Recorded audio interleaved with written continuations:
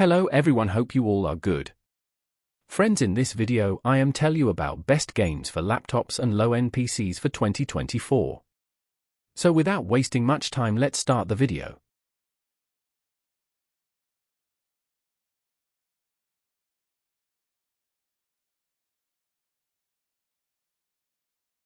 Start with game number 5. West of Loathing, friends. Splatoon and Snake-themed exploration needs an NVIDIA GeForce 7200 GS, Core 2 Duo 7400, 2GB of RAM, and 4GB of storage.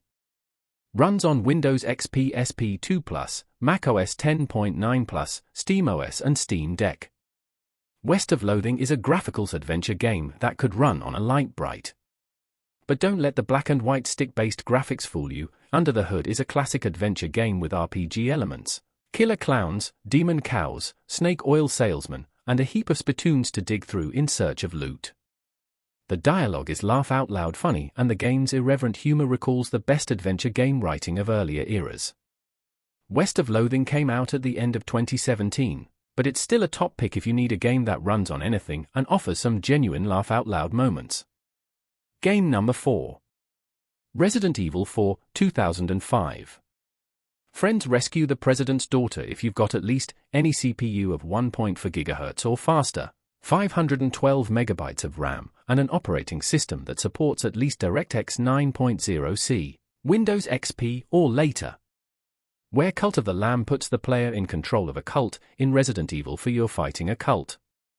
To be clear, this is not the new, remade Resident Evil 4, but the original version from way back in 2005. As much fun as the remake is, the 2005 game still punches way above its weight class. RE4 ditches the isometric, over-shoulder perspective of the original games and aims more for action and horror as opposed to the slower-paced gameplay featured on the PS1. Those of you who are comfortable with modding might want to look into the Resident Evil HD project. While it won't make the 2005 version look like it was made in 2024, there are a number of real graphical improvements here. Game number 3. Minecraft, friends, learn to stop worrying and love the Skilldoot with a Core i3-3210 or A8-7600, Intel HD 4000 or AMD's Radeon R5 family. You'll also need 4 GB of RAM, 180 MB to 1 GB HDD space, and a 1024 by 768 display. High draw distances can be hard on performance. Minecraft is an endearing, engaging open-world sandbox. People have used Minecraft's redstone mechanic to create everything from 1:1 scale models of the Starship Enterprise to functional, if simple, CPUs. For us mere mortals, Minecraft is an easily accessible game with a rich crafting system, dangerous mobs, and huge worlds to explore. Rebel sympathizers may also be pleased to hear that the game has even become a bastion of journalistic freedom, thwarting disinformation and censorship on an international scale. The International Library of Alexandria exists within Minecraft, where Reporters Without Borders, RSF, uses it to bypass internet censorship efforts like the Great Firewall of China Golden Shield. This game has inspired millions of people to spend billions of hours stacking 8-bit voxels on top of each other. Its simple graphics belie incredible creative and expressive potential. Minecraft is a phenomenal crafting and building game, but its ending is enough to bring even jaded veteran gamers up short. It's astonishingly evocative. If you know, you know. Game number 2. Brutal Doom, friends, liquefy demons, slaughter hellspawn, and reduce your enemies to slurry with the power of any dual-core CPU, 2 GB of RAM, and a GPU with 256 MB VRAM. Brutal Doom is a bit different than any other game on this list.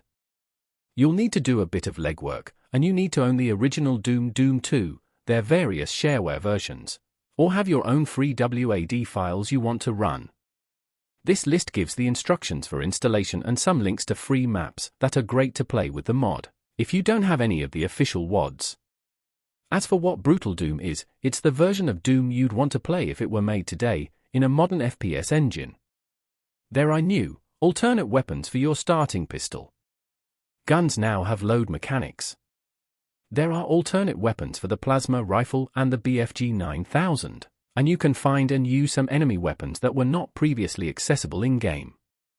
Features like mouse look, aiming, and jumping are all implemented. There's a fast rolling motion to dodge fire, a new fatality mode, and additional difficulty levels. In short, it's amazing. Last one and number one game is Arkham City Friends. Soar through Gotham on any dual-core CPU at 2.4 GHz or more, NVIDIA 8800 GT or AMD Radeon 3850, 2 GB of RAM. Supports Windows XP.